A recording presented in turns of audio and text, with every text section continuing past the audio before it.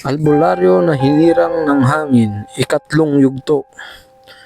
Tahimik ang masbate matapos ang pagkawasak ng gubat ng baliti ng ulo. Ngunit ang katahimikang iyon ay hindi kapayapaan. Ito'y hudyat ng mas matinding unos. Sa gitna ng abo at nagbabagsakang puno, naglalakad si Ismael na tila may pasa na buong mundo. Ang mutya ng ipo-ipo sa kanyang dibdib ay umiinit, umiikot ng mas mabilis kaysa dati, para bang may gustong ipaalala o ibunyag. Inilibing nila si Prinsipe Amira ng apoy sa ilalim ng lupang pinili mismo ni Dato Salimba. Walang kabaong, walang dasal ng tao, tanging sinaunang orasyon ng mga engkanto, mga salitang mas matanda pa sa wika. Habang ibinaba ang abo ni Amira, biglang umihip ang hangin ng paikot, ngunit hindi marahas, ito'y malungkot. Ang pagkamatay ng isa sa amin, wika ng matandang engkantong kabilugan, ay gumuhit ng lamat sa pagitan ng langit, lupa at impyerno. Napatingin siya kay Ismael. At ikaw ang nasa gitna ng lamat na yan.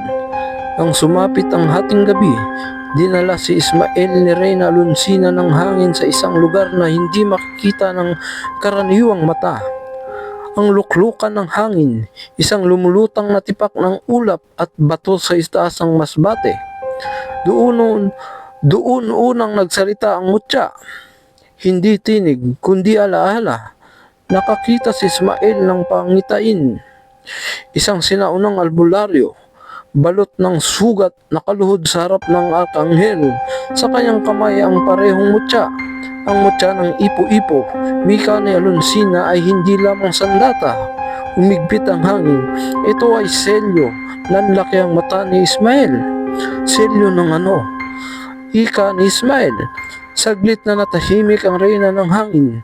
Ng isang bagay na mas matindi pa kay Malakor. Isiniwalat ng matandang engkanto ang lihim na matagal nang tinatago ng mga nilalang ng liwanag. Si Malakor ay hindi ang tunay na Panginoon. Isa lamang siyang bantay. Ang mutya ng ipo-ipo ang nagsisilbing kandado ng isang nahulog na arkanghel. Isang nilalang na tinanggalan ng langit at nilamon ng galit. Si Azairel ang anghel ng paglipol. At kapag nasira ang mutya, wika ni Dato Salimba, hindi na lang masbate ang mawawala, buong daigdig. Nanginginig ang kamay ni Ismael. Kung ganon, bakit ako? Ika ni Ismael. Sumagot si Alonsina, halos pabulong. Dahil ikaw lang ang kanyang mamamatay at mabuhay para rito. Ngunit may isang nakikinig. Sa lilim ng luklukan ng hangin, tahimik na nakamasid si Binibining Lira ng tubig. Ang kanyang mukha'y kalmado, ngunit sa kanyang mga matay may lungkot at galit. Sa isang iglap, naglaho siya. At sa kilaliman ng dagat ng masbate, humarap siya sa isang anyong yari sa itim na usok at sungay. Si Malakor, alam mo na ang katotohanan, wika ng demonyo. Alam mo na kung sino ang tunay na salot. Napaluha si Lira. Kung hindi niyo itinago ang lihim, sigaw niya, hindi mamamatay si Amira. Ngumiti si Malakor, ngiting panalo. Buksan mo lang ang daanan niya. Ako na ang bahala sa natitira. At sa unang pagkakataon sa 1,000 taon, isang maharlikang engkanto ang kumampi sa dilim. Kinabukasan, dumating ang bangungot mula sa dagat. Umangat ang mga aswang na may palikpik, may ngipin na parang pating, at mga mata na tao sa ilalim ng tubig. Nasusunog ang mga bangka, nilalamon ng mga mangingisda, umiiyak ang masbate.